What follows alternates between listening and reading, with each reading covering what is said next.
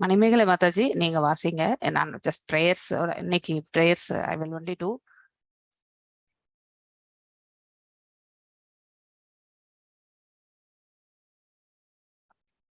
Share the screen. Manimekalai Mataji நீங்க வாசிங்க. நான் ஜஸ்ட் ப்ரேயர்ஸ் இன்னைக்கு ப்ரேயர்ஸ்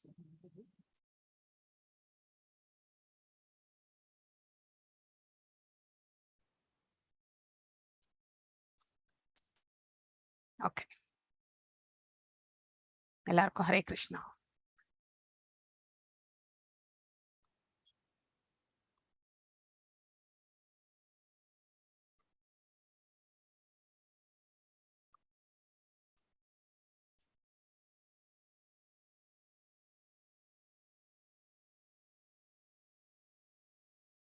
ओम नमो भगवते वासुदेवाय।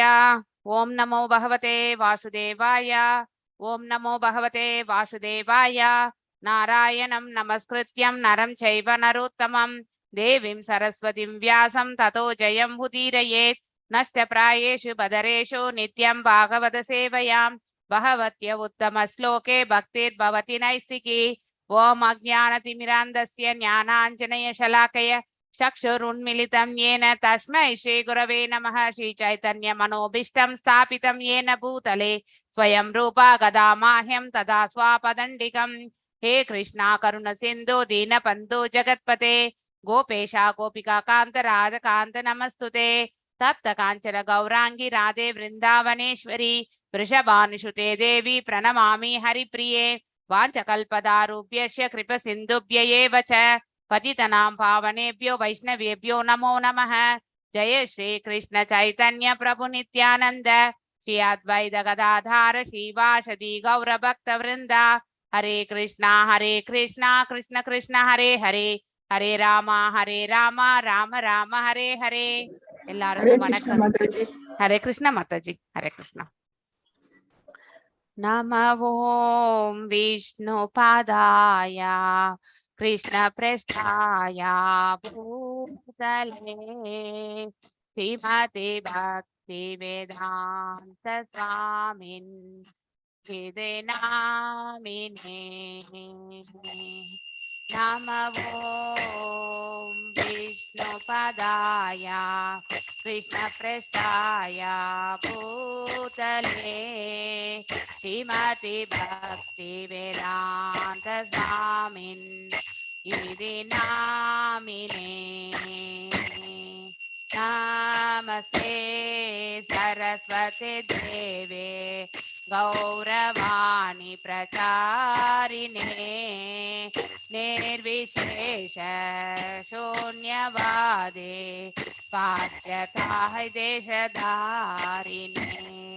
नमस्ते सरस्वती देवे गौरवाणी प्रचारिणे निर्विशेष शून्यवादे पाश्चात्य देशधारिणे।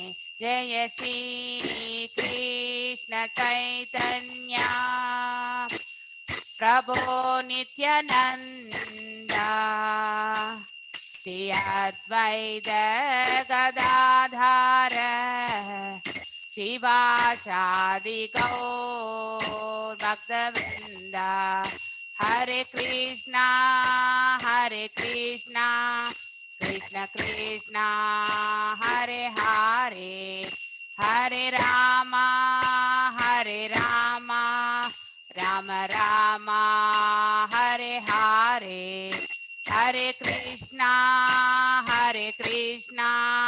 कृष्ण कृष्ण हरे हरे हरे राम राम राम हरे हरे। जय राधा गोविंद राधे। जय राधा गोविंद राधे।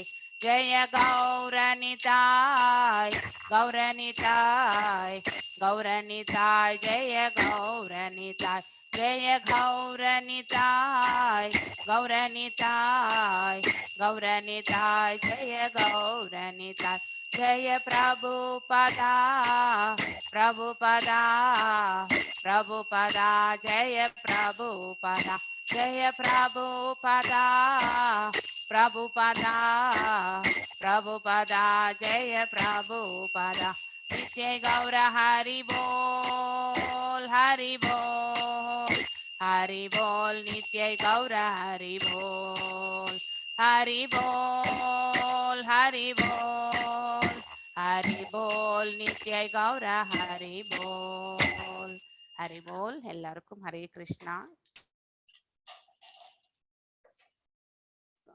மணிமேகலை மாதாஜி நீங்க வாசிக்கலாம். அகம் ஏவாஷம் ஏவாக்ரே நான்யத் யத் சத் அசத் பரம் பச்சாத் அகம் யத் ஏதஸ்யங்யோ அவிஷ்யதே சோ அஸ்மி அகம். எஸ் வாசிங்க மாதாஜி. ஹரே கிருஷ்ணா மாதாஜி. வாசிங்க. ஹரே கிருஷ்ணா மாதாஜி. ஹரே கிருஷ்ணா மாதாஜி.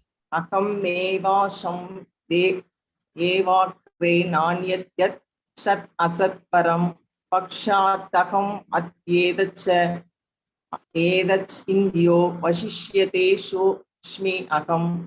அகம் பரமபுருஷரான நான். ஏவ நிச்சயமாக ஆஷம் இருந்தேனு. ஏவ மட்டுமே அக்ரே படைப்பிற்கு முன் நான் ஒரு பொழுதும் இல்லை. அந்யத் வேறெதுவும் யத் அவ்வில்லா சத் விளைவு அசத் காரணம் பரம் பரமன் பశ్చాத் முடிவில் அகம் முழுமுதற் கடவுளாகிய யத் இவ்வில்லா பశ్చాத் முடிவில் அகம் முழுமுதற் கடவுளாகிய யத் இவ்வெல்லா ஏத்த படைப்பு தவிரமும் யா அனைத்தும் அவிசிஷ்யதே எஞ்சியுள்ளது சா அது அஸ்மி நான் இருக்கிறேன். அகம் முழுமுதற் கடவுளாகிய நான். மொழிபெயர்ப்பு. பிரம்மா படைப்பிற்கு முன் முழுமுதற் கடவுளாகிய என்னை தவிர வேறொன்றும் இருக்கவில்லை. இப்படைப்பிற்கு காரணமாக இருக்கும் ஜட இயற்கையும் கூட அப்பொழுது இருக்கவில்லை. இப்பொழுது நீர் காண்பவையும் கூட முழுமுதற் கடவுளாகிய நானே. மேலும் அழிவுக்கு பின் எஞ்சியிருக்கும் போதும் முழுமுதற் கடவுளாகிய நானே. பொருளுரை. முழுமுதற் கடவுள் பிரம்மதேவரை நோக்கி கூறுகிறார் என்பதை நாம் நன்றாக கவனத்தில் கொள்ள வேண்டும். படைப்பிற்கு முன் இருந்தவரும் படைப்பை காப்பவரும் படைப்பு அளிக்கப்பட்ட பின் எஞ்சியிருப்பவரும் அவர் மட்டுமே என்பதையும் சுட்டிக்காட்டி தம்மை பற்றிய மிகப்பெரிய முக்கியத்துவத்தை அவர் தெளிவாக குறிப்பிட்டுள்ளார். பிரம்மாவும் பரமபுருஷரின் ஒரு படைப்பே. அவர் நான் என்னும் பரமபுருஷிலிருந்து தோன்றியவர் என்பதால் பகவானுக்கு அல்லது நான் என்ற தத்துவத்திற்கு சமமானவர் என்றும், இதனால் இப்பதத்தில் விளக்கப்பட்டுள்ளது போல் நான் என்ற தத்துவத்தை தவிர வேறு எதுவுமே கிடையாது என்றும் அருவவாதிகள் அத்வைதத்துவத்தை முன்வைக்கின்றனர். அருவவாதியின் விவாதத்தை ஏற்றுக்கொண்டாலும் பகவான் படைக்கும் நான் என்பதையும் பிரம்மா படைக்கப்பட்ட நான் என்பதையும் ஒப்புக்கொள்ளத்தான் வேண்டும். எனவே இவ்விரு நான்களுக்கும் இடையில் ஒரு வித்தியாசம் உண்டு. ஒன்று ஆளும் நான், மற்றது ஆளப்படும் நான். எனவே அருவவாதியின் விவாதத்தை ஏற்பதனாலும் இன்னமும் இரு நான்கள் இருக்கவே செய்கின்றன.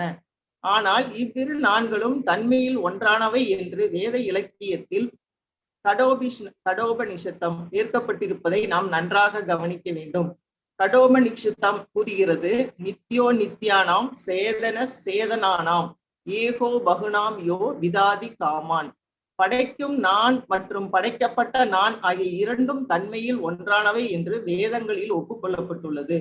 ஏனெனில் அவ்விரண்டும் நித்தியமானவையும் ஆன்மீகமானவையும் ஆகும்.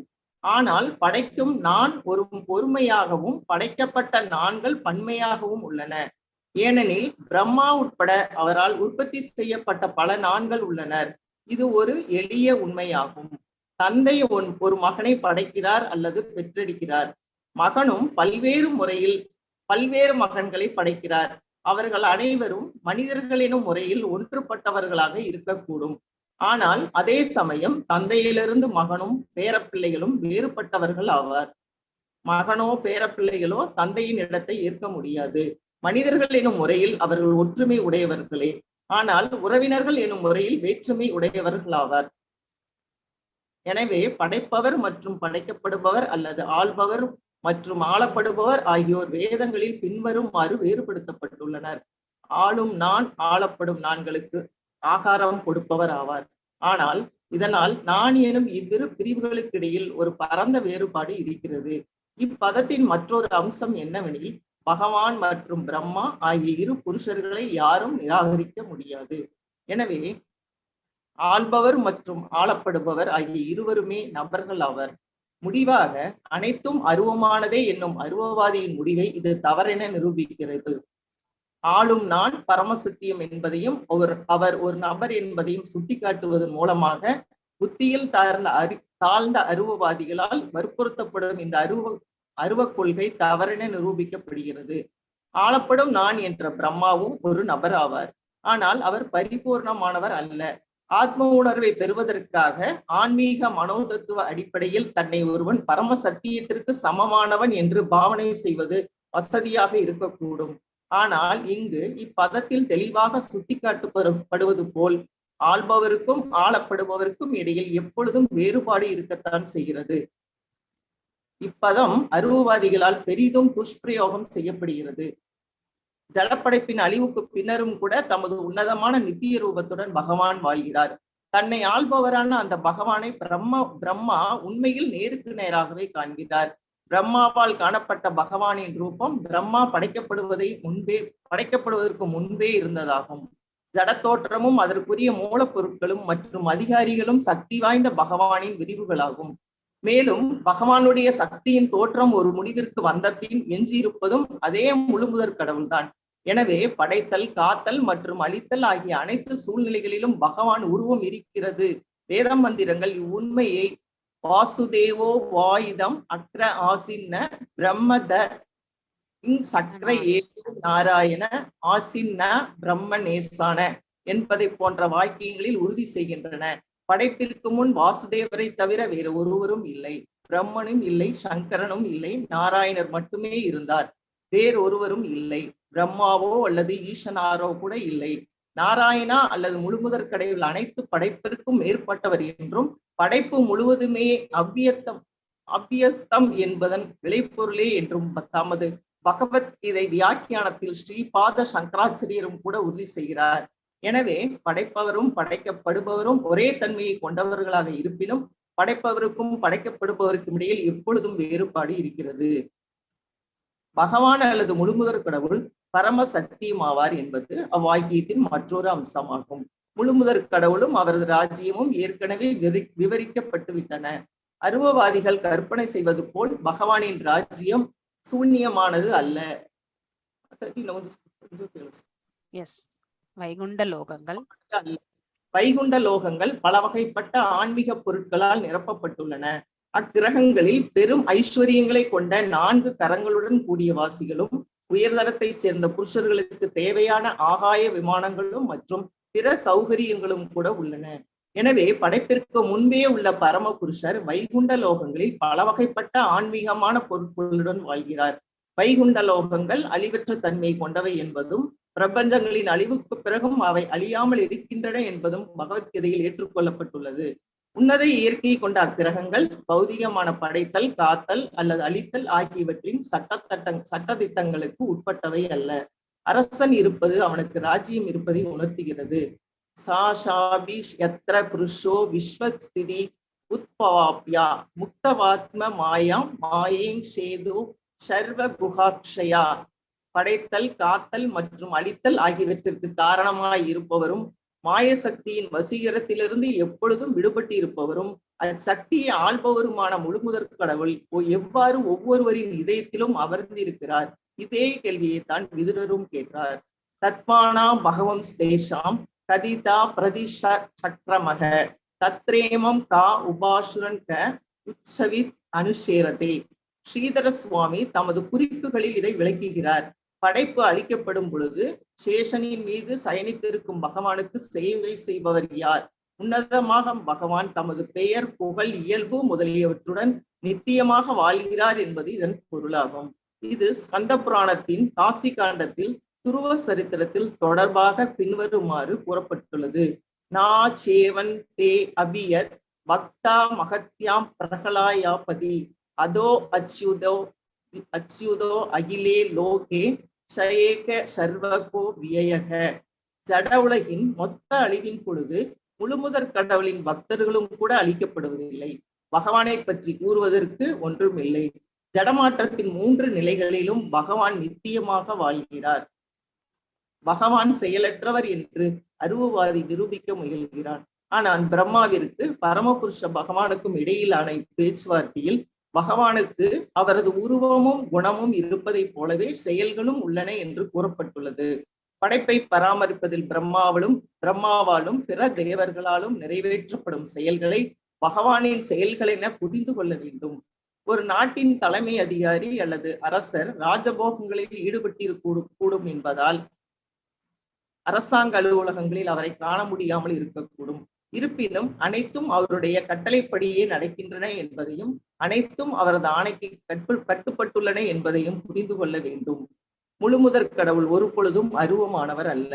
ஜட உலகில் புத்தியில் தாழ்ந்த பிரிவை சேர்ந்தவர்களுக்கு தமது சுயரூபத்துடன் அவர் காட்சியளிக்காமல் இருக்கக்கூடும். இதனால் சில சமயங்களில் அவர் அருவமானவர் என்று அழைக்கப்படலாம்.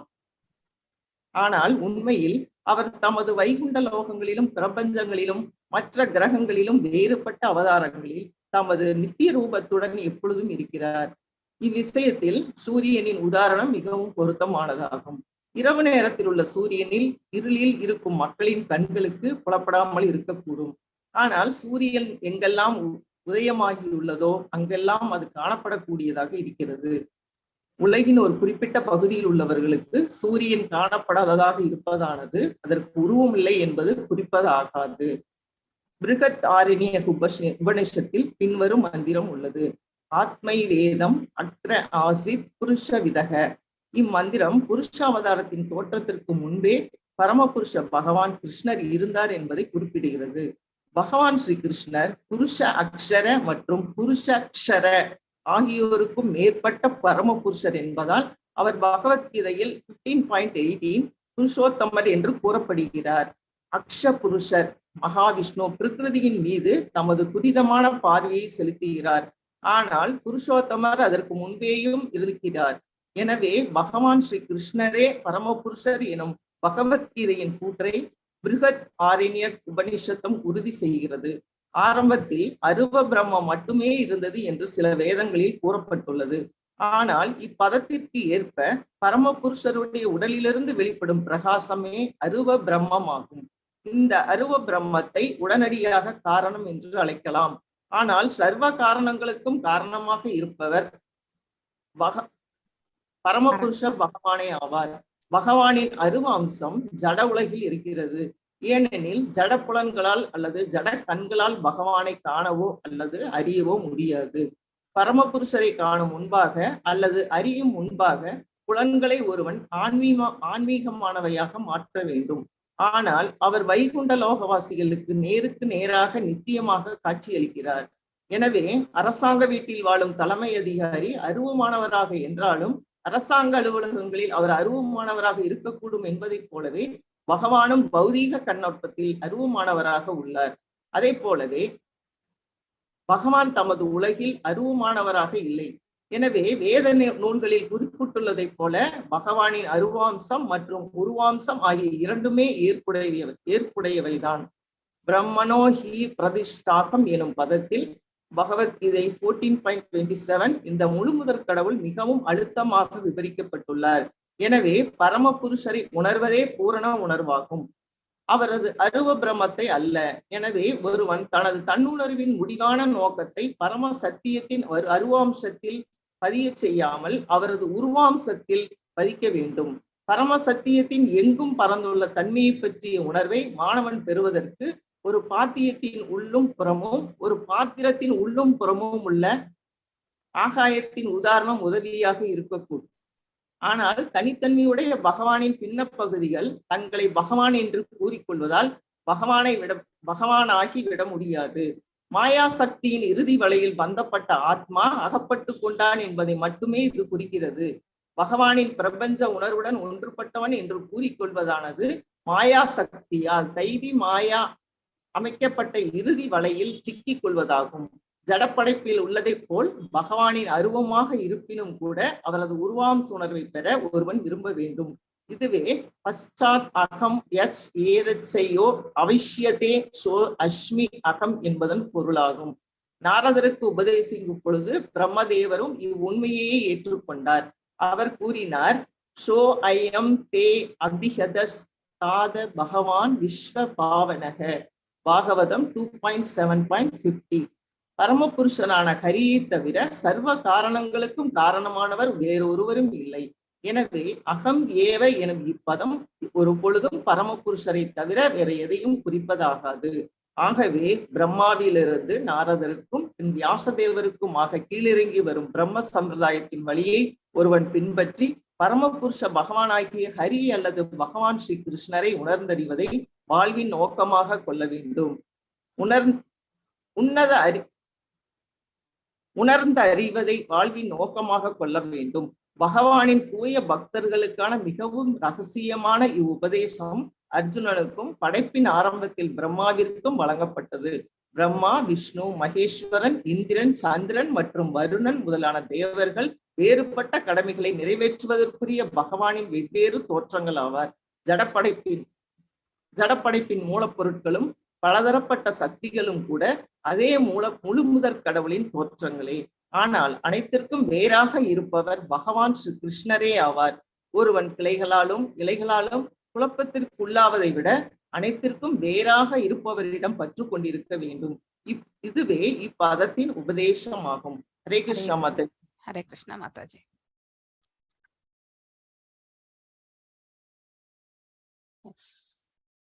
ரொம்ப பெரிய பர்பட் இது ஆக்சுவலி. அகம் ஏவாம்ச ஏவ அப்படிங்கிறது ரொம்ப அகம் ஏவ கடைசியில முடிக்கும் பொழுது கூட பிரபுபாதர் அகம் ஏவ, அகம் என்றால் பகவானை மட்டும்தான் குறிக்கும். என்ன அவர்தான் பேசுறது. அவர் பேசும்பொழுது எல்லாம் நம்ம நிறைய இடங்கள்ல பகவத்கீதையில கூட அகம் மாம் ஏவ அப்படின்லாம் நிறைய இடத்துல வரும் இல்லையா? அது ஏவ என்ற சொல் மிக முக்கியமானது ஒன்று. நிச்சயமாக, அதாவது உறுதியோட எடுத்துரைக்கின்றார். அதுல 100% ட்ரூத் தத்துவம் என்பது இருக்கின்றது என்பதை நாம புரிந்து கொள்ள வேண்டும். அகம் ஏவாம்ச ஏவாக்ரே நான் எத் சத் அசத் இல்லையா? அதாவது சத் என்றால் உண்மை, அசத் என்றால் உண்மையற்றது, பரம் என்றால் நிச்சயம் அதாவது நித்தியமானது. பశ్చాத் அகம் யத் ஏதச் அங்யோ அவிஷ்யதே ஷோ அஸ்மி அகம். அகம் என்றால் பரமபுருஷராகிய நான். இப்பொழுது பிரம்மாவிற்கு பகவான் எடுத்துரைக்கின்றார் விளக்க உரைகள். ஆல்ரெடி அவருக்கு வேதத்தை அவருடைய ஹிருதயத்திலிருந்தே எல்லாமே எழுச்சி உரட்டும்னு சொல்லிட்டு ஆசீர்வாதம் செய்தார். சோ அனைத்து வேதங்களையுமே அவர் ஏற்றுக்கொள்ளக்கூடிய அந்த கெப்பாசிட்டி அவருக்கு வழங்கப்பட்டு விட்டது. யாருக்கு? பிரம்மருக்கு. அதை கொண்டு அவர் இந்த பிரபஞ்சத்தில் சிருஷ்டிக்கக்கூடிய அந்த செயல் இரண்டாம் படைப்பாகிய அந்த 84 லட்சம் விதமான உயிர்வாழிகளை படைக்கக்கூடிய அந்த ஞானத்தை அவர் பெற்றார். சோ அதுதான் விசர்க்கம் என்று சொல்லப்படுவது. அந்த விசர்க்கத்தை அவர் படைக்கின்றார். பகவான் படைத்தது சர்க்கம் என்பதும் நாம புரிந்து கொள்ள வேண்டும். இப்ப பிரம்ம சர்க்கத்தை மட்டும் நாம பாக்குறது இல்லையா? சோ அதற்கான ஞானத்தை பிரம்மர் பெற்றார். மேலும் பகவான் எடுத்துரைக்கின்றார் இந்த இதுல அசத், அதாவது அவிஷ்யேத ஷோ அஸ்மி அகம். அகம் பரமபுருஷராகிய நான் ஏவ நிச்சயமாக ஆசம் இருந்தேனோ ஏவ மட்டுமே. இந்த ஒரு ஸ்லோகத்தை நீங்க எங்கேயாவது நோட் பண்ணி வச்சுக்கோங்க. ஏன்னா எல்லாமே அனாதி என்பதற்கு இந்த ஸ்லோகத்துல நமக்கு அதாவது ரெஃபரன்ஸ் இருக்கு. சோ படைப்பதற்கு முன்னாடி அவர் மட்டும்தான் இருந்தார், அழித்த பிறகு அவர் ஒருத்தர் மட்டும்தான் இருக்க போகின்றார் என்று எடுத்துரைக்கக்கூடிய பதம் இது. சோ அக்ரே படைப்பிற்கு முன் அவர் மட்டும்தான் இருந்தார் என்பதை ஊர்ஜிதப்படுத்துகின்ற. நான் ஒரு பொழுதும் இல்லை, அந்யத் வேற எதுவுமே இந்த பிரபஞ்சத்துல இல்லை.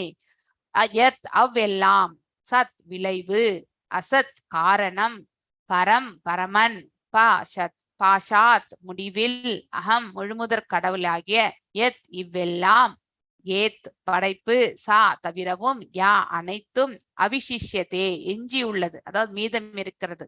சோ சா அது, அஸ்மின் நான் இருக்கிறேன், அகம் முழுமுதற் கடவுளாகிய நான். அதாவது இங்கே 2 நான்கள் சொல்லப்படுவதாக விளக்க உரையில் வந்து சொல்லப்படுகிறது. முதல் நான் வந்து பகவானை குறிக்கின்றது, 2ஆம் நான் அவர் படைத்த பிரம்மாவை குறிக்கின்றது. ஆக்சுவலி அதாவது பிரம்மாவால் படைக்கப்பட்ட பிரம்மரும் மற்றும் அவரால் படைக்கப்பட்ட ஜீவராசிகள் அனைவருமே 2ஆம் நான்குள்ள வராங்க. அந்த நான் என்பது என்னன்னாக்கா இந்த ஆத்ம ரூபத்தை குறிக்கின்றது. நாம் எல்லாரும் வெவ்வேறு ரூபத்துல இந்த பிரபஞ்சத்துல வந்து சிருஷ்டிக்கப்பட்டிருக்கின்றோம் இல்லையா, படைக்கப்பட்டிருக்கின்றோம். ஆனால் இதற்குள்ள இருக்கக்கூடிய நித்தியமான அந்த ஜீவன் வந்து பகவானிடத்திலிருந்து தோன்றிய பின்ன பகுதி. அவை எல்லாம் படைப்பது யார் என்றால் பிரம்மர். சோ 2ஆம் படைப்புல வரக்கூடிய அந்த நான் வந்து வெறும் ஆத்ம ரூபத்தை குறிக்கின்றது, ஜீவனுடைய ரூபத்தை வந்து ஆத்ம ரூபத்தை குறிக்கின்றது. முதல் நான் வந்து பகவான் அதாவது பரமாத்மாவை குறிக்கின்றது என்பதை நாம கிளியரா புரிஞ்சுக்கணும். பிரம்மா படைப்பிற்கு முன் முழுமுதற் கடவுளாகிய என்னை தவிர வேறு ஒன்றும் இருக்கவில்லை அப்படின்னு சொல்லிட்டார் பகவான். அதாவது இந்த சிருஷ்டியில வந்து படைக்கிறதுக்கு முன்னாடி நான் ஒருத்தன் மட்டும்தான் அனாதி காலத்தில் அன்பான், அவருக்கு தாய் பிறப்பற்றவர், அதுக்கப்புறம் வந்து இறப்பற்றவர், அதுக்கப்புறம் வந்து நித்தியமானவர், பழமையானவர், இப்படி எல்லா விதமான பெயர்கள் உண்டு இல்லையா பகவானுக்கு. சோ அந்த மாதிரி படைப்பிற்கு முன்னால் முழுமுதற் கடவுளாகிய என்னை தவிர வேறு ஒன்றும் இருக்கவில்லை அப்படின்றத வந்து ஊர்ஜிதமாக அந்த உயர்ந்த ஆளுமையில் இருக்கக்கூடிய பகவான் வந்து எடுத்துரைக்கின்றார். சோ இது ஃபர்ஸ்ட் பாயிண்ட். 2வது, இப்படைப்பிற்கு காரணமாக இருக்கும் ஜட இயற்கை கூட அப்பொழுது இருக்கவில்லை இல்லையா, எல்லாம் பகவானோட தான் இருந்தது. அதுக்கப்புறம் தான் அதை பிரித்து வந்து கொடுத்தார் 8 ஜட சக்திகள் இல்லையா. அதாவது பஞ்சமகாபூதங்கள், அகங்காரம், புத்தி மற்றும் புத்தி மற்றும் மனம், இந்த 8மே வந்து பகவானிடத்திலிருந்து பிரிந்து வந்த ஜட சக்திகள். இது செகண்ட். ஆக்சுவலி இப்பொழுது நீர் காண்பவையும் கூட முழுமுதற் கடவுளாகிய நானே, மேலும் அழிவுக்கு பின் எஞ்சி இருக்க போவதும் முழுமுதற் கடவுளாகிய நான். அதாவது இப்போ இந்த சிருஷ்டி எல்லாம் படைச்சிருக்கார், இயற்கையை படைத்து விட்டார் பகவான். ஆனால் உயிர் வாழிகளை எல்லாம் படைக்க போறது யார் என்றால் பிரம்மதேவர் இல்லையா. சோ எல்லா உயிர் வாழிகளையுமே வந்து படைக்க போகின்றார். சோ இந்த சிருஷ்டி வரும் பிரபஞ்சம் மட்டும் படைச்சிருக்கார். ஆனா ஒவ்வொரு பிரபஞ்சத்திற்குள்ளேயும் வந்து உட்புகுந்து கர்ப்போதய அதாவது விஷ்ணுவாக கர்ப்போதகத்திலிருந்து 14 லோகங்கள் பிரம்மரை படைத்தது. சோ இதெல்லாமே வந்து பேசிக்கலி வந்து பகவானுடைய 2வது புருஷாவதாரத்தினால் நடைபெற்றது. மேலும் அந்த 14 லோகங்களில் உயிர் வாழிகள் எல்லாமே பிரம்மரால் படைக்கப்படுகின்றது. சோ இப்ப நீ பார்க்கக்கூடிய எல்லாமே வந்து என்னால் படைக்கப்பட்டதுதான்.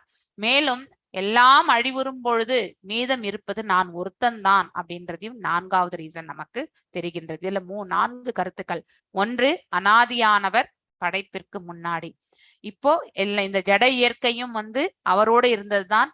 ஜட இயற்கை வந்து சிருஷ்டிக்கப்படும் பொழுது அவரிலிருந்து பிரிந்து வர்றது செகண்ட்.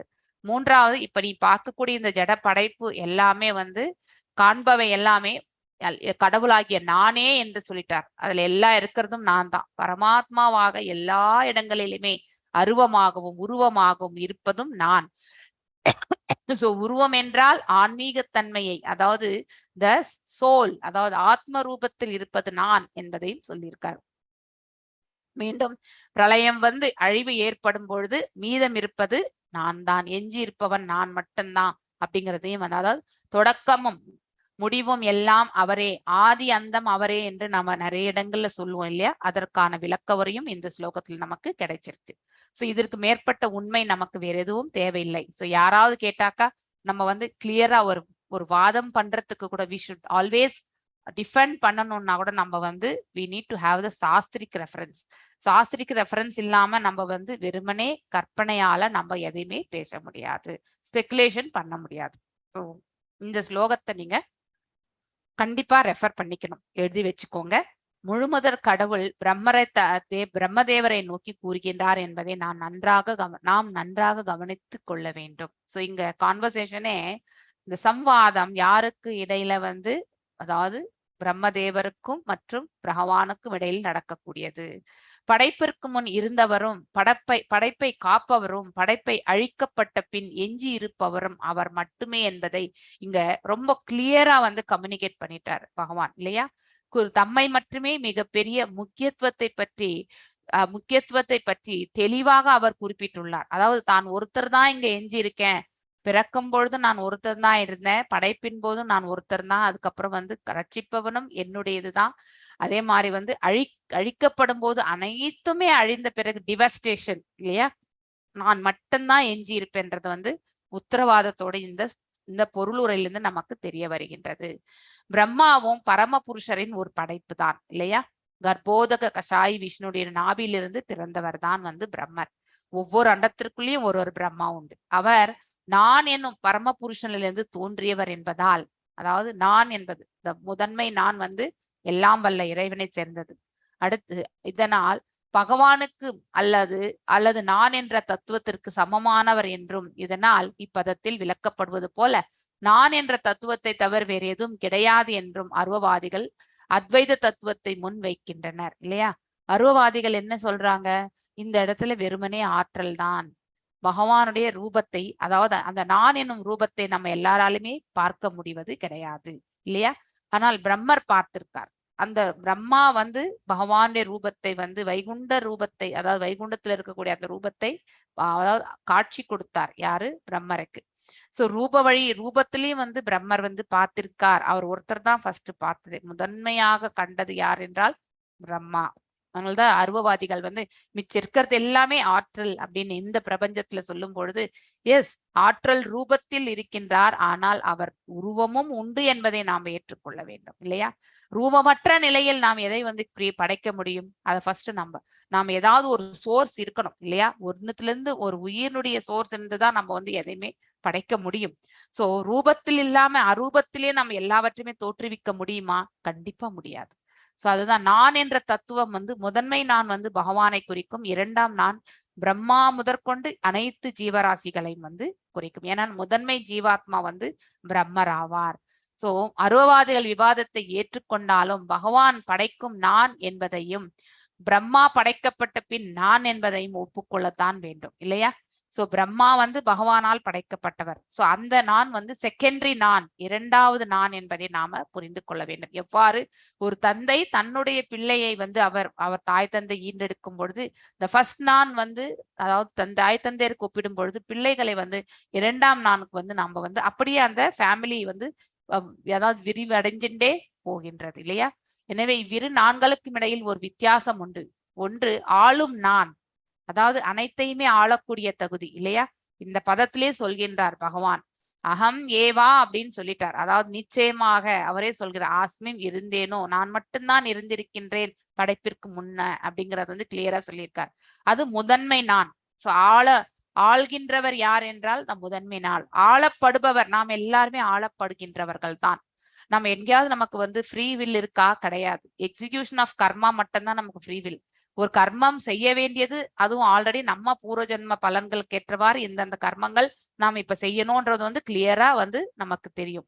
ஆனா எவ்வாறு செய்ய போகின்றோம், இந்த சிஷ்யனுடைய 3 குணங்களை நாம் எதோட ஐக்கியமாயிருக்கின்றோமோ அந்த இதுலதான் நம்மளுடைய கர்மங்களை எக்ஸிக்யூட் பண்ற அந்த லிட்டில் இண்டிபெண்டன்ஸ் மட்டும்தான் நமக்கு வழங்கப்பட்டிருக்கின்ற. அது தவிர்த்து இந்த பிரபஞ்சத்துல நம்ம ஃபுல்லாவே நம்ம வந்து we are always வந்து under the control of the supreme will அப்படிங்கறத வந்து நாம புரிந்து கொள்ள வேண்டும். அந்த இரண்டாம் நான் என்பது ஆளப்படுபவர் இல்லையா. நாம் எல்லாருமே வந்து ஒருவரால் ஆளப்படுகின்றோம் என்பதை புரிந்து கொள்ள வேண்டும்.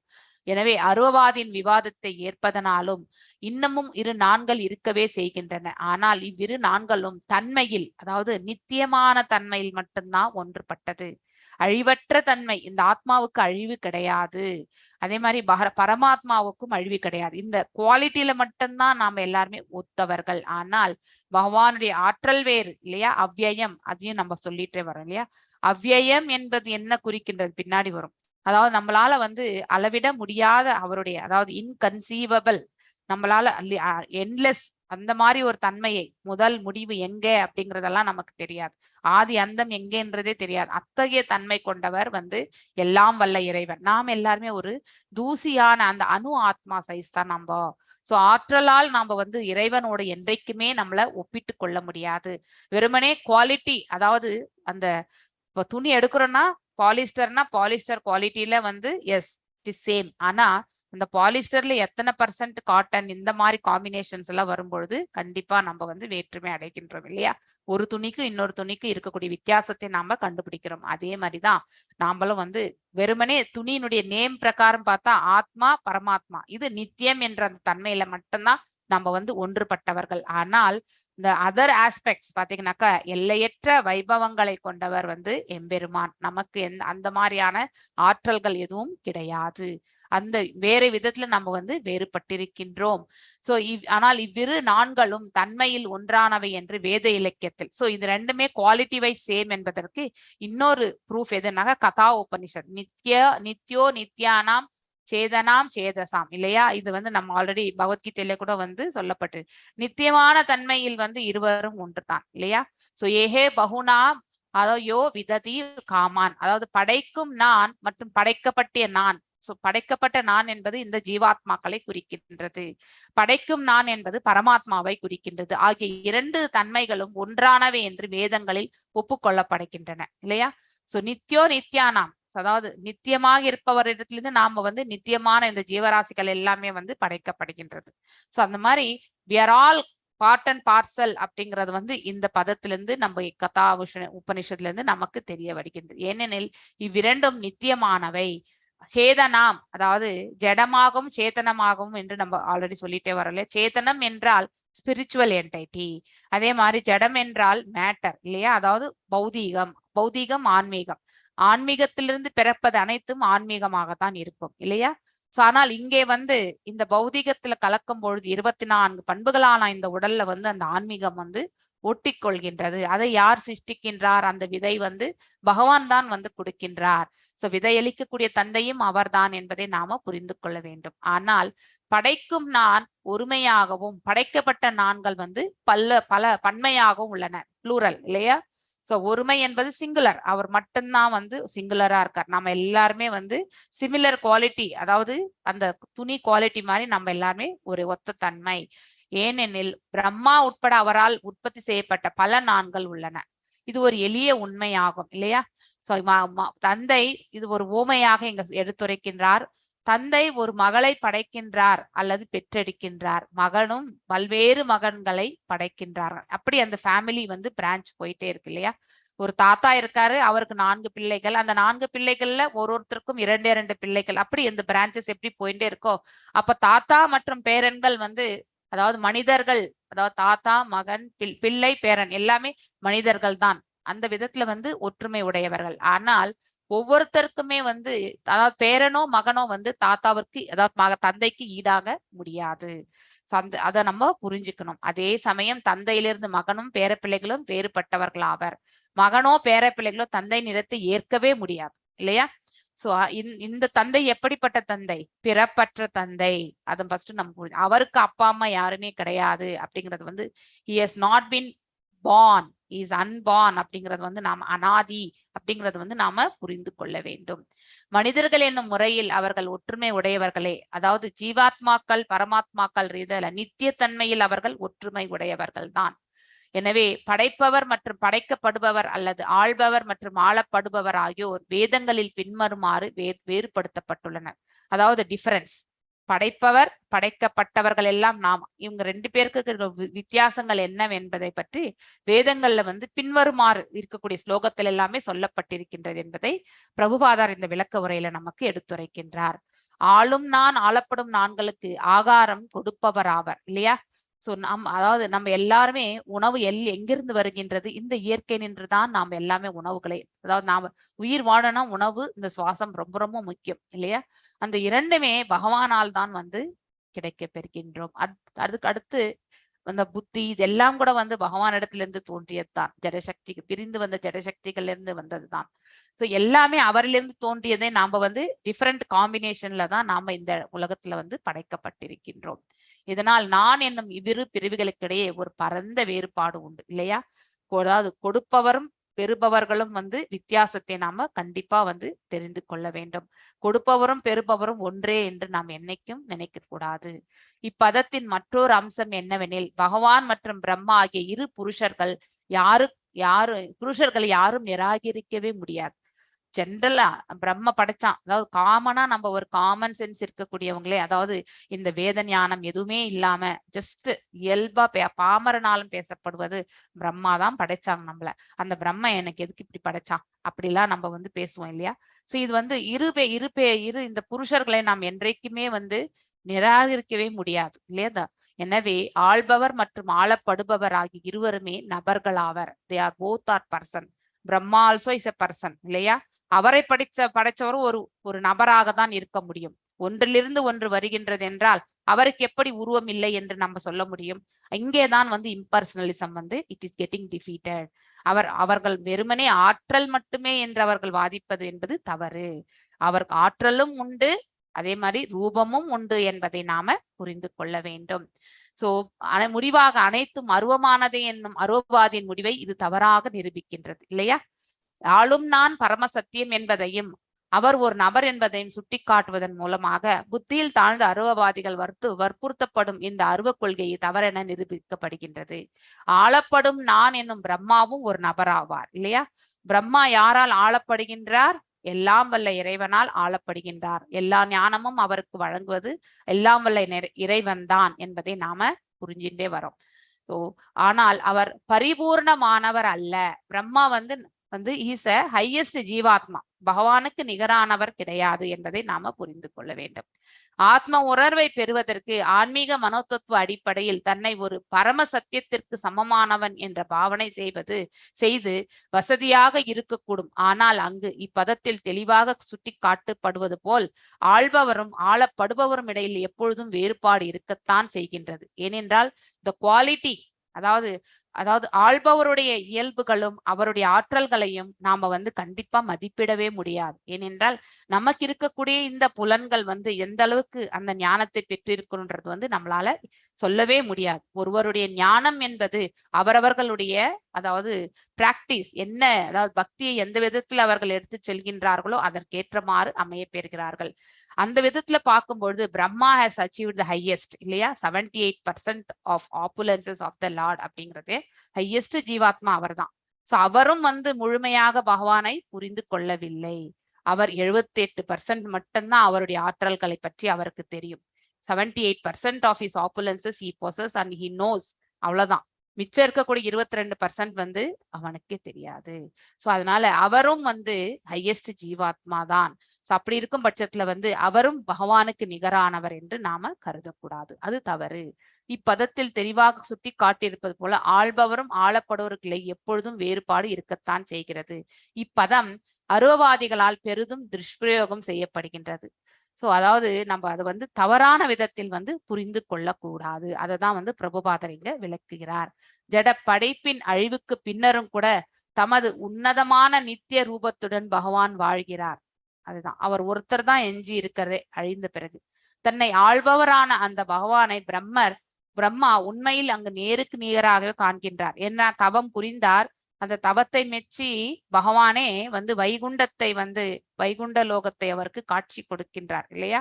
அதை அவரும் பார்த்து கொண்டிருக்கிறார். பகவானுக்கு கையும் குலுக்குகின்றார். அவருக்கு வந்து வேத ஞானத்தையும் வழங்குகின்றார். இது எல்லாமே நடக்கின்றது இல்லையா? அதெல்லாம் கற்பனை அல்ல. பிரம்மாவால் காணப்பட்ட பகவானின் ரூபம் பிரம்மா படைப்பதற்கு முன்பே இருந்ததாகும் இல்லையா? பகவானை வந்து நேர பார்க்கும் பொழுது அவரால் பகவான் படைக்கப்படவில்லை என்பதை நாம புரிந்து கொள்ள வேண்டும். பகவானிடத்திலிருந்து அவர் ஞானத்தை பெற்று அதுக்கப்புறம் தான் இரண்டாம் படைப்பை அவர் படைக்கின்றார். ஜட தோற்றமும் அதற்குரிய மூலப்பொருட்கள் இல்லையா? ரா மெட்டீரியல்ஸ், ஏதோ ஒரு ப்ராடக்ட். மூலப்பொருட்கள் என்றால் அதனுடைய பண்புகள் தான் வந்து மூலப்பொருட்கள். அதையும் நாம வந்து இந்த பிரபஞ்சத்துல பகவானுடைய அந்த விராட் ரூபத்துல தான் எந்தெந்த பகுதியில இதுன்றதே நாம பார்க்கின்றோம் இல்லையா? சோ அதிகாரிகளும் சக்தி வாய்ந்த பகவானின் விரிவுகளாகும், எக்ஸ்பான்ஷன்ஸ் இல்லையா? அதாவது விராட் ரூபம்.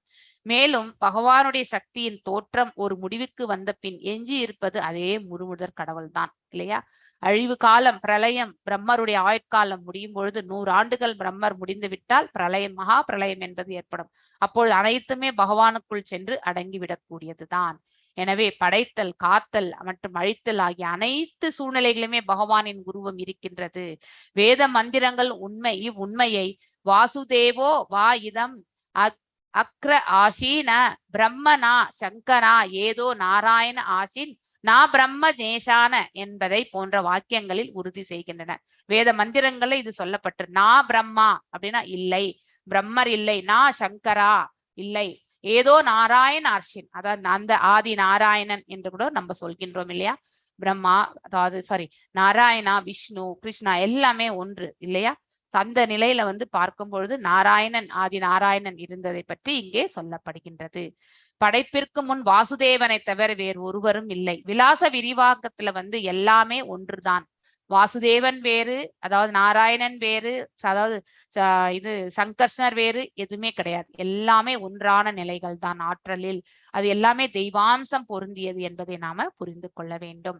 நாராயணா அல்லது முழுமுதற் கடவுள் அனைத்து பிற படைப்பிற்கும் மேற்பட்டவர் என்றும், படைப்பு முழுவதுமே அவ்யக்தம் என்பதையும் என்பதன் விலை பொருளே என்பது நமது பகவத்கீதையில் வியாக்கியானத்தில் ஸ்ரீபாத சங்கராச்சாரியர் கூட உறுதி செய்கின்றார்.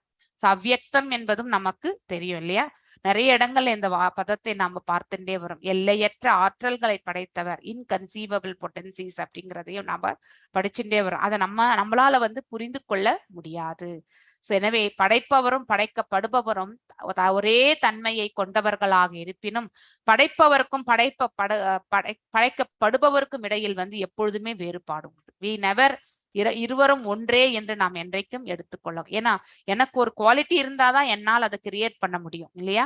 ஐ should be having some qualities. எனக்குள்ள வந்து நிறைய வெவ்வேறு ஆற்றல்கள் அமைந்திருக்கும் பொழுது நான் வெவ்வேறு விதமான உயிர்வாழிகளை படைக்கக்கூடிய அந்த நிலையில வந்து செயல்பாட்டுகிறேன். அதனால படைக்கப்பட்ட ஜீவன்கள் எல்லாமே அதாவது அவர்கள் எல்லாம் எனக்கு சமமானவர்கள் என்று நான் என்றைக்குமே கருத முடியாது இல்லையா. இது உண்மை, இதை நம்ம ஏத்துக்கணும். சோ பகவான் நம்மளை எல்லாரையும் படைச்சார், நாம பகவானுக்கு நிகராக ஆகவே முடியாது அப்படிங்கறத வந்து வெறுமனே இந்த ஆத்ம ரூபத்தில் மட்டும்தான், குவாலிட்டியில மட்டும்தான் நாம வந்து பகவானோட அந்த பரமாத்மாவோட ஒத்தவர்கள் அப்படிங்கறது வந்து ஆழமான அந்த மனசுல வந்து பதிய வச்சுக்கணும். சோ அதாவது எல்லா பகவானை தவிர அனைத்து ஜீவராசிகளுமே வந்து அவரால் படைக்கப்பட்டவர்கள். பகவான் அல்லது முழுமுதற் கடவுள் பரம சத்தியம் ஆவார் என்பது அவ்வாக்கியத்தின் மற்றொரு அம்சமாகும் இல்லையா. அவர் இவ்வளவுமே இந்த ஸ்லோகத்துல சொல்றார் இல்லையா. இது எல்லாமே வந்து சத்தியமானது, தத்துவம் என்று சொல்லப்படுகின்றது, உண்மை அப்படிங்கறத வந்து நாம புரிந்து கொள்ள வேண்டும்.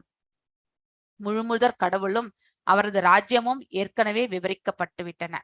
அருவவாதிகள் கற்பனை செய்வது போல பகவானின் ராஜ்யம் சூன்யமானதல்ல, அதாவது வெற்றிடம் கிடையாது அப்படிங்கறத வந்து நாம புரிந்து கொள்ளணும். வைகுண்ட லோகங்கள் பல வகைப்பட்ட ஆன்மீக பொருட்களால் நிரப்பப்பட்டுள்ளது. அங்கே அதாவது பாத்தீங்கன்னா சிந்தாமணி, அந்த அதாவது அங்க இருக்கக்கூடிய நம்ம இந்த ஃப்ளோர் எல்லாம் கூட, தரையெல்லாம் கூட பாத்தீங்கன்னாக்க சிந்தாமணி எனக்கூடிய, அதாவது சிந்தாமணி என்றாலே இந்த வஜ்ர வைடூரியங்கள் அநேக, அதாவது இந்த வேல்யூபிள் ஜுவல்லரி அதனால பதிக்கப்பட்டது என்று சொல்வார்கள் மேல இல்லையா. கல்ப விருட்சம் எனக்கூடிய, எதையும் கேட்டால் வழங்கக்கூடிய கல்ப விருட்சம் மீன்ஸ் நமக்கு கேட்பதை வழங்கக்கூடிய மரங்களும் வந்து மேல இருக்கக்கூடிய அந்த வைகுண்டங்கள். பிரம்மர் பாடக்கூடிய அந்த ஃபர்ஸ்ட் ஸ்லோகமே 5.2 ஸ்லோகம் நம்ம அதுதான் நம்ம பார்க்கின்றோம் இல்லையா. அந்த லோகத்துல எப்படியெல்லாம் இருக்கு அப்படிங்கறத வந்து நாம பார்க்கின்றோம். அங்க வந்து பிரகாசப்படுத்துறதுக்கு நமக்கு எந்த சூரியனோ சந்திரனோ எதுவுமே தேவையில்லை. அங்க இருக்கக்கூடிய அதாவது நேச்சுரல் ஆப்புலன்சஸ், பகவானுடைய அந்த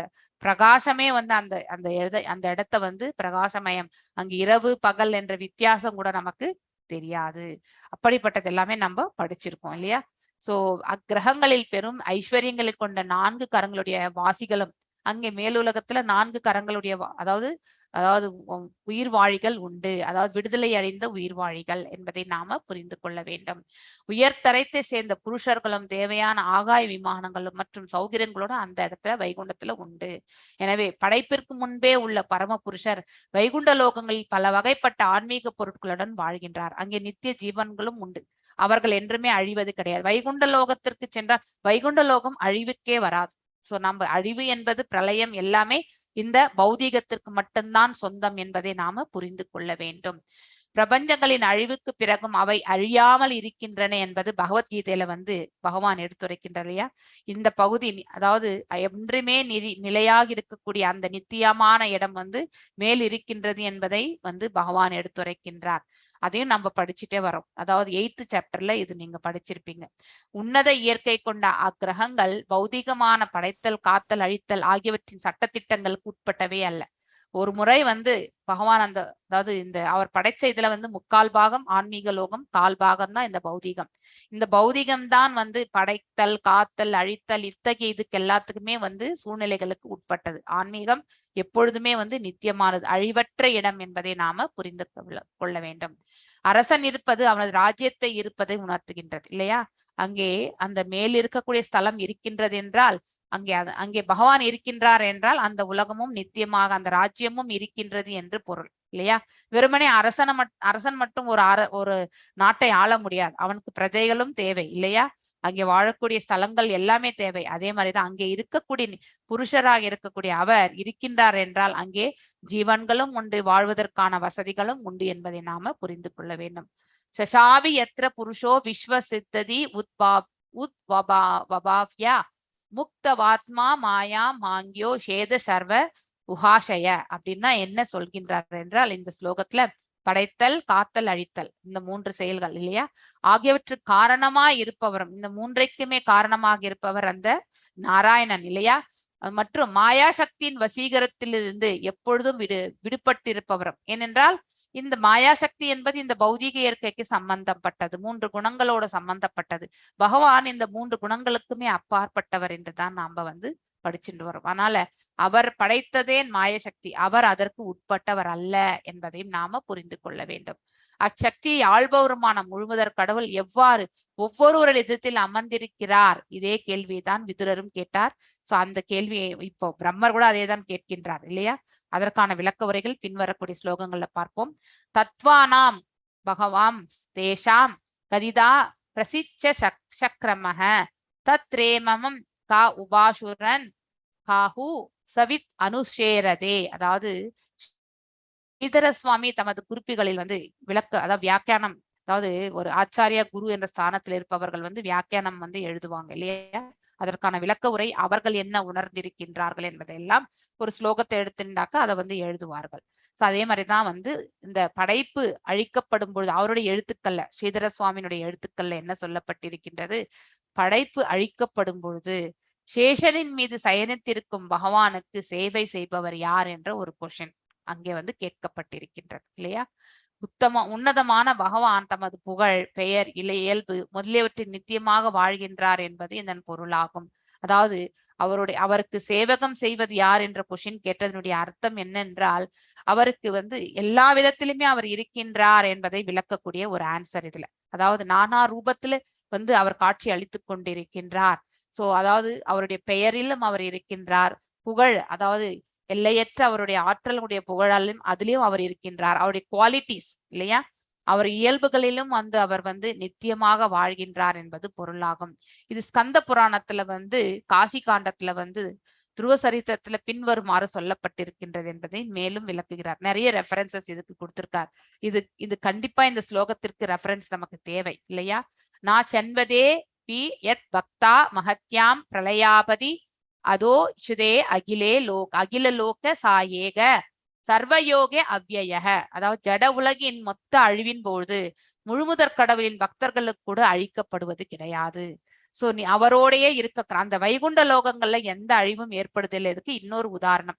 சோ அங்க இருக்கக்கூடிய அந்த உயிர்வாழிகள் பகவானுடைய நித்திய தொண்டில் வந்து ஈடுபட்டிருப்பவர்கள் தான். சோ பகவானுக்கு சேவை புரிவது யார் என்றால் அந்த நித்திய பக்தர்கள் தான், நித்தியமாக வாழக்கூடிய அந்த பக்தர்கள் தான் என்பதை நாம புரிந்து கொள்ள வேண்டும். ஜட மாற்றத்திற்கு தான் இந்த 3 நிலைகள் உண்டன இல்லையா? நம்ம இந்த ஜடத்துல வந்து ஆத்மம், ஆதி தெய்வீக், ஆதி பௌதிக், ஆதி ஆத்மியா, இந்த 3மே வந்து இந்த ஜடத்துக்கு மட்டும்தான் சம்பந்தம். ஆனால் மேல் உலகத்திற்கு சம்பந்தமே கிடையாது. இங்க சிருஷ்டியுடைய இந்த 3-fold மிசரிஸ் வந்து இங்க இருக்கக்கூடிய உயிர்வாழிகளுக்கு மட்டும்தான் என்பதை நாம புரிந்து கொள்ள வேண்டும். பகவான் செயலற்றவர் என்றும் அருவவாதி நிரூபிக்க முயல்கின்றான். அவர் செயலாற்றவில்லை என்றால் எவ்வாறு இந்த அண்டங்களை எல்லாம் ரட்சிப்பார் சொல்லுங்க? அவர் வந்து படுத்துட்டே இருக்கார், எதையுமே செயலாற்றுவதில்லை, செயலற்ற நிலையில் இருக்கின்றார் என்று சொன்னால் அப்பொழுது இந்த அண்டங்களை எல்லாம் யார் இந்த பர்டிகுலர் இதுல வந்து தாங்கின்னு இருக்காங்க? அனைத்து அண்டங்களையுமே அவர் தான் தாங்கி கொண்டிருக்கின்றார் இல்லையா? அப்படி அதையெல்லாம் அவர் எவ்வாறு தாங்கி கொண்டிருக்கின்றார் என்பதையெல்லாம் சில இடங்களை நாமளும் விவரிச்சுட்டே வரும்போது படிச்சுட்டே வரும். அந்த மாதிரி இருக்கும்பொழுது அவர் செயலற்ற தன்மையில் இருக்கின்றார் என்று நாம் எவ்வாறு அதை ஏற்றுக்கொள்ள முடியும்? Is always. நம்ம எல்லாரும் கூட ஒரு ரெஸ்ட் எடுத்துக்கிறோம், ஆனா அவர் எப்பொழுதுமே ரெஸ்ட் எடுக்கிறதே கிடையாது. நம்ம ஹிருதயத்துல ஃபார் எக்ஸாம்பிள் அதே எடுத்துனாலும் ஆத்மாவில வந்து இருக்கக்கூடிய அந்த ஜீவனும் நான் தான் என்று சொல்கின்றார் இல்லையா? நம்ம வந்து 10வது விபூதி யோகத்திலையும் 16வதுலயும் நம்ம படிச்சுட்டு வரோம் பகவத்கீதையில. அது எப்பொழுதுமே ஒரு கோமா ஸ்டேஜ்ல இருக்கக்கூடிய ஒரு உயிர்வாழி கூட வந்து இயங்கி கொண்டுதான் இருக்கின்றது. அப்போ ரெஸ்ட்லெஸ்ஸா பிறந்ததுல இருந்து இறக்கும் வரைக்குமே நம்ம ஒரு ஜீவனுக்குள்ளே பகவான் இயங்கின்றே இருக்கார். சோ எல்லா இடங்களிலுமே அவர் இயங்கிக் கொண்டுதான் இருக்கின்றார். அதாவது செயல்பட்டு கொண்டிருக்கின்றார் என்பதை நாம புரிந்து கொள்ள வேண்டும். அவர் செயலற்றவர் கிடையாது. செயலற்ற தன்மையில் ஃபார் எக்ஸாம்பிள் நம்ம முன்னாடி காத்து இருக்குது, நம்ம கண்ணால் பார்க்க முடியல இல்லையா? அதனால அவர் நம்ம கண்ணுக்கு தோன்றாது இருக்கிறார் என்றால் அந்த காற்று வந்து செயல்படாமல் இருக்கின்றது என்று பொருளா? அது நல்ல பலமா காத்தடிக்கும் போதுதான் அது எந்த பக்கம் அசையுது என்று நம்மளால உணர முடியதை தவிர உண்மையிலே இந்த காற்று வந்து இங்க சுத்தி கொண்டுதான் இருக்கின்றது, செயலாற்றி கொண்டுதான் இருக்கின்றது என்பதை நாம புரிந்து கொள்ள வேண்டும். ஆனால் பிரம்மாவிற்கும் பரமபுருஷ பகவானுக்கு இடையிலான இப்பேச்சு வார்த்தையில் பகவான் அவரது உருவமும் குணமும் இருப்பதை போல செயல்களும் உள்ளன என்பதை நாம இதுல இருந்து நம்ம புரிந்து கொள்ளலாம். எஸ், அவர் எப்பொழுதுமே செயலாற்றி கொண்டிருக்கின்றார். நாம கூட இந்த பாடியை வந்து சில சமயம் ரெஸ்ட் எடுத்துக்க முடியும். ஆனா ஹிருதயத்துல இருக்கக்கூடிய அந்த ஆத்மா எப்பவுமே ரெஸ்ட் கிடையாது. அந்த ரூபத்துல இருக்கக்கூடிய பகவானும் எப்பவுமே ரெஸ்ட்லெஸ்ஸா வேலை பண்ணிட்டு தான் இருக்கார். நம்ம பாக்குறத வேணா நம்ம வேணா சொல்லலாம், பகவான் வந்து சிலையில நின்னுட்டு இருக்கார் அவ்வளவுதான், நின்னுட்டே பார்த்துட்டே இருக்காருன்னு நம்ம நினைக்கலாம். ஆனா உண்மையிலே அவர் எல்லா இடங்களிலுமே செயலாற்றி கொண்டிருக்கின்றார் என்பதை நாம புரிந்து கொள்ள வேண்டும். சோ படைப்பை பராமரித்து பிரம்மாவாலும் பிற தேவர்களால நிறைவேற்றப்படும் செயல்களை பகவானின் செயல்கள் என புரிந்து கொள்ள வேண்டும். சோ எல்லா ரூபத்திலுமே அவர் செயலாற்றி கொண்டிருக்கின்றார்.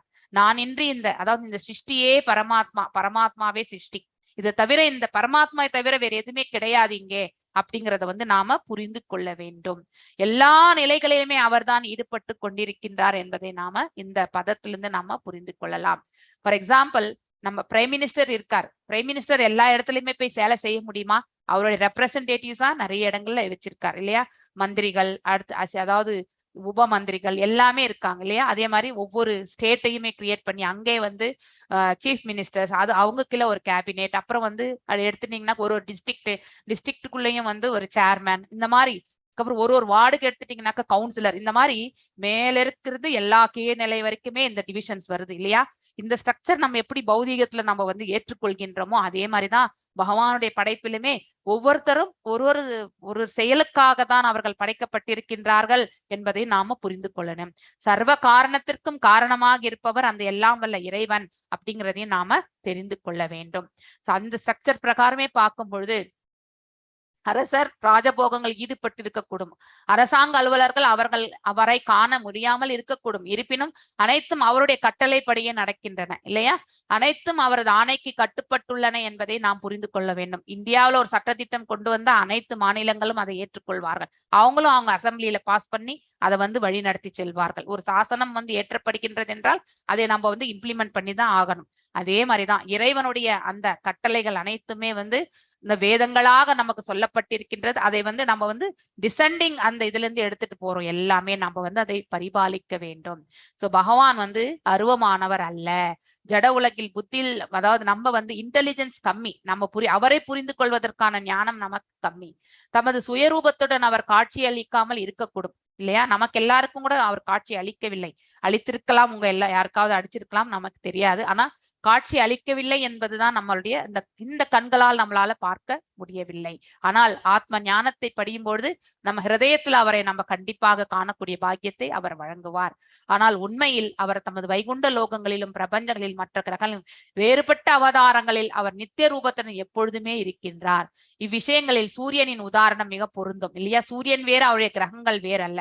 சூரியன் வந்து கிழக்குல உதிக்கிறான், மேற்குல மறையறான் நமக்கு எல்லாமே. ஆனா வேறு ஒரு இதுக்கு வந்து அதுவே வந்து அவருக்கு மேற்குல வந்து கிழக்குல முடிகிற மாதிரி இருக்கும். அதாவது சுத்தின்டே தான் சூரியன் அதாவது எப்பொழுதுமே வந்து அவர் வந்து சுத்தின்டே தான் இருக்கார் அப்படிங்கறத வந்து நாம புரிந்து கொள்ள வேண்டும்.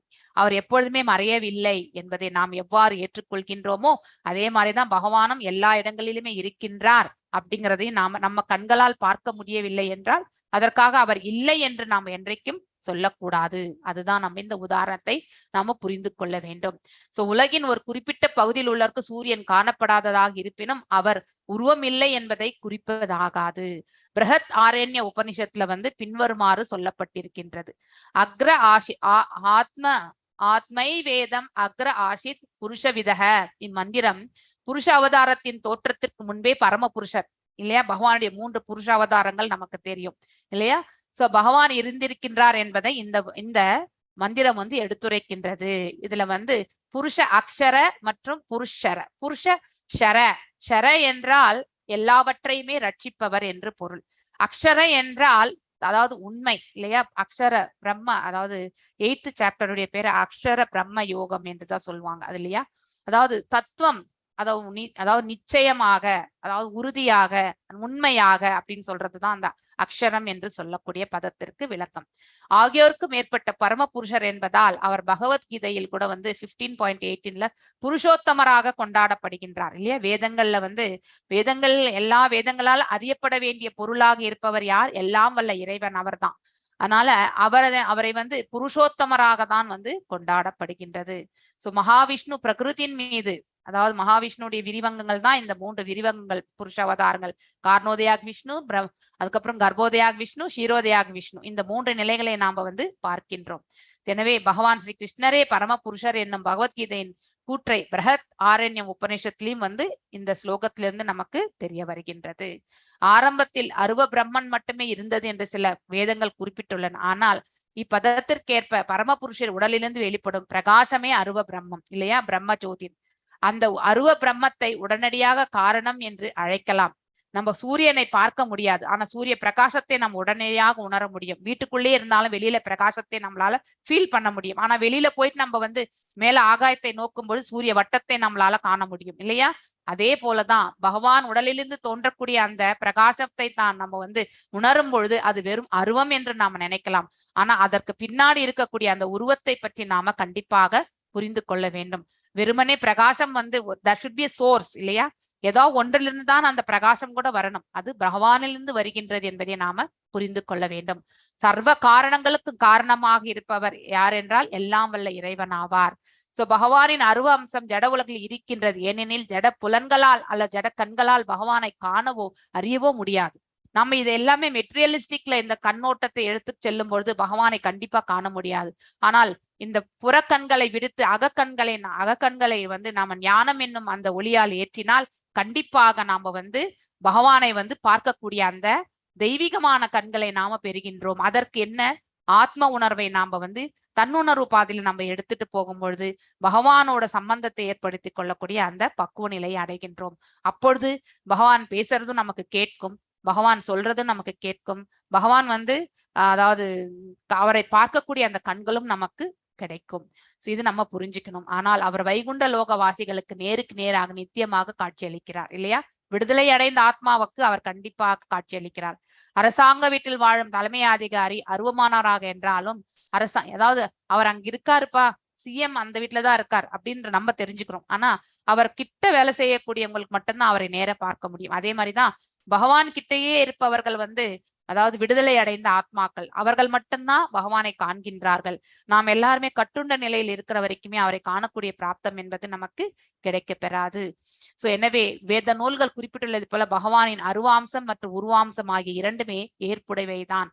பிரம்மண்யோஹி பிரதிஷ்டாகம் என்னும் பதத்தில், அதாவது பகவத்கீதை 14.27ல வந்து இந்த முழுமுதற் கடவுள் மிகவும் அழுத்தமாக விவரிக்கப்பட்டுள்ளார். எனவே பரமபுருஷரை உணர்வதே பூர்ண உணர்வாகும். அவரை பற்றி நம்ம தெரிந்து கொள்வதுதான் மிக முக்கியமான ஒரு கான்சியஸ்னஸ், காட் கான்சியஸ்னஸ் அப்படிங்கறத வந்து நாம தெரிந்து கொள்ள வேண்டும். அவரது அருவ பிரம்மத்தை அல்ல. எனவே அதாவது பிரகாசம் மட்டுமே நம்ம வந்து அது முதல் நிலை, that is the first level. அதுக்கப்புறம் அவருடைய உருவத்தை பற்றி நாம இன்னும் ஆழ்ந்து நம்ம வந்து அந்த பக்தியில போகும்பொழுது அவரை நம்ம வந்து காண முடியும். பரம சத்தியத்தின் எங்கும் பரவியுள்ள தன்மையை பற்றிய உணர்வை மாணவன் பெறுவதற்கு ஒரு பாத்தியத்தின் உள்ளும் புறமும் உள்ள ஆகாயத்தின் உதாரணம் உதவியாக இருக்கக்கூடும். பிரம்ம ஜோதிக்கு அதுக்கப்புறம் தான் வைகுண்டமே இருக்கிறது இல்லையா. அந்த புறப்பக்கம் இருக்கிறது எல்லாமே நாம தான். இந்த அதாவது காரண கடல், அதுக்கு அடுத்து இந்த மகத்துவத்துக்குள்ள இருக்கக்கூடிய ஒரு அண்டத்திற்குள்ள இருக்கக்கூடிய எல்லா இந்த 14 லோகங்கள், உயிர் வாழிகள் எல்லாமே. ஆனா அந்த பிரம்ம ஜோதிற்கு அந்த பக்கம் போகும்பொழுது வைகுண்ட லோகத்துல பகவானை வாழ்வதை நம்மளால வந்து காண முடியும். எப்பொழுது? நாம விடுதலை அடைந்த தன்மையை அடையும் பொழுது.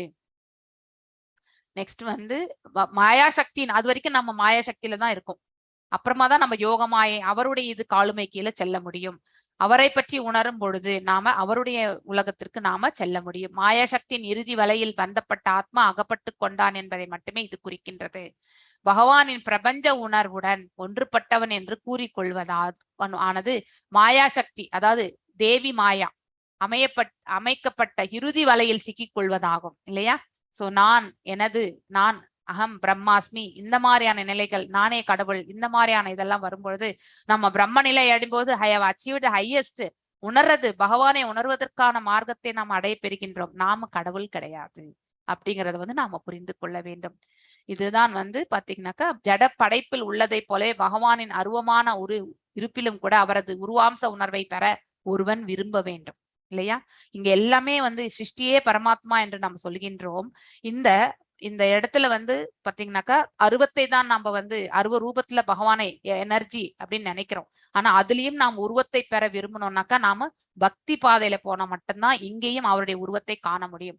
இங்கேயே நம்ம விடுதலை அடையக்கூடிய தன்மையை நாம பெற வேண்டும். சோ இதுவே பஷ்டாத் அகம் யத் ஏஜஸ்யோ வசிஷ்யதே யோஷ்மி அகம் என்பதன் பொருளாகும். அங்கேயும் பகவான் அகம் என்றால் பகவானை குறிக்கின்றது. இந்த தோன்றாத அருவத்திலுமே அந்த உருவத்தை நாம பெற்று அவரை பார்க்கக்கூடிய அந்த பிராப்தத்தை பெறணும்ன்ற ஒரு ஜீவாத்மாவுடைய குறிக்கோளாக இருக்க வேண்டும். நாரதருக்கு உபதேசிக்கும் பொழுது கூட பிரம்மதேவரும் இவ்வுணமையை ஏற்றுக்கொண்டார். அவர் கூறினார், சோயம் தே விஹிதாத் பகவான் விவஸ்வ பாவனக. அதாவது இது செகண்ட் சாப்டர் கேண்டோல நம்ம 7வது மீண்டும் ஒரு வாட்டி அந்த ஸ்லோகத்தை போய் வாசிச்சு பாருங்க. சோ அதாவது அங்கேயும் நாரதருக்கு அதாவது பிரம்மதேவர் நாரதருக்கு ஞானத்தை வழங்கினார் இல்லையா? அவர் பகவானிடத்தில் பெற்ற ஞானத்தை நாரதருக்கு கொடுத்தார். எனவே அகம் ஏவ என்னும் இந்த இருபதம், அகம் என்றால் பகவானை குறிக்கின்றது, ஏவா என்றால் நிச்சயமாக உறுதியாக கன்ஃபார்மா சொல்றது இல்லையா? ஒரு பொழுதும் பரமபுருஷை தவிர வேறு எதுவும் குறிப்பதாகாது. ஆகவே பிரம்மாவிலிருந்து நாரதரும் பின் வியாசதேவருக்கும் கீழறிந்து வரும் இந்த பிரம்ம சமுதாயத்தின் வழியை ஒருவன் பின்பற்றி பரமபுருஷ பகவான் ஆகிய ஹரி அல்லது பகவான் ஸ்ரீ கிருஷ்ணரை உணர்ந்தறிவது வாழ்வின் நோக்கமாக கொள்ள வேண்டும். வாட் சுட் பி அவர் கோல்? நம்முடைய வாழ்க்கையினுடைய இலக்கு எது? எல்லாம் வல்ல இறைவனை பற்றி நாம புரிந்து கொள்வது, அதை உணர்ந்து புரிந்து ரியலைஸ்டு நாலேஜ், அதை நாம ஏற்றுக்கொள்ள வேண்டும். அந்த பாதையை நாம ஏற்றுக்கொண்டு முன்னேறி செல்ல வேண்டும். பகவானின் தூய பக்தர்களுக்கான மிக ரகசியமான உபதேசம் அர்ஜுனனுக்கு வழங்கப்பட்டது. படைப்பின் ஆரம்பத்தில் பிரம்மருக்கு பகவான் சொன்னார் இல்லையா? சோ பிரம்மா, விஷ்ணு, மகேஸ்வரன், இந்திரன் இது எல்லாமே அவருடைய இன்னொரு விரிவங்கங்கள் என்றே நாம தெரிந்து கொள்ள வேண்டும். அந்தந்த ரூபங்களை பகவான் ஏற்றுக்கொண்டு அந்தந்த அவர்களுக்கு இருக்கக்கூடிய அந்த கடமைகளை செவ்வனே நடைபெற்று வருகின்றது. சோ பிரம்மா ரூபத்தில் இருக்கக்கூடிய பகவான் படைக்கும் தொழிலை மேற்கொண்டிருக்கிறார் இல்லையா? இந்திரன், சந்திரன், வருணன் என்ன செய்கிறார்? மழை கொடுக்கின்றார். சோ ஜடைப்படைப்பின் மூலப்பொருட்களும் பலதரப்பட்ட சக்திகளும் கூட எல்லாம் முழுமுதற் கடவுளிலிருந்தே தோன்றியது. அது நம்ம புரிஞ்சுக்கிறோம். ஆனால் அனைத்திற்கு வேறாக இருப்பவர், அதாவது இதெல்லாமே கிளைகள் தான். தேவர்கள் எல்லாருமே ஒரு மரத்தினுடைய கிளைகளுக்கு நாம் ஒப்பிடும் பொழுது அதனுடைய மெயின், அதாவது இருக்கக்கூடிய அந்த பிரான்ச் இருக்கக்கூடிய மெயின் ஸ்டெம், அதாவது மரத்தினுடைய தண்டு பாகம் இறுதி கீழே ஆணி வேர் யார் என்றால் எல்லாம் வல்ல இறைவன். அங்கிருந்துதான் எல்லாமே உற்பத்தி ஆகின்றது என்பதை நாம புரிந்து கொள்ள வேண்டும். ஒருவன் கிளைகளையும் இலைகளையும் குழப்பத்திற்குள்ளாவதற்கு விட அனைத்திற்கும் வேறாக இருப்பவுடன் பற்று கொண்டிருக்க வேண்டும். அதாவது நாம் எல்லாம் வல்ல இறைவனிடமிருக்கல நம்மளுடைய பக்தியை நாம சமர்ப்பிக்க வேண்டும். இதுவே இப்பதத்தினுடைய உபதேசமாகும் என்று சொல்லப்பட்டிருக்கின்றது. ஓகே, நானும் இந்த பதத்தோட இன்றைக்கான இந்த கிளாஸை நிறைவு செய்கின்றேன். அதிகமா வந்திருக்கீங்களா? தேங்க்யூ. நான் கொஞ்சம் எமர்ஜென்சியா கிளம்புறேன். Hare Krishna. Okay, I am leaving to native place after 8 months. Okay. Oh, okay. So, okay. Enjoy. Yeah, I am leaving. அதனால தான் கிளம்புறேன். கிளாஸ் I think YouTube நீயே ஸ்டாப் பண்ணிக்கோமா? sure ma'am. Okay. எல்லாருக்கும் ஹரே கிருஷ்ணா. YouTube மாதாஜி. போஸ்ட் பண்ணிருக்கேன். YouTube பண்ணிடலாம் நீங்க. ஹரே கிருஷ்ணா. ஒரு நிமிஷம்.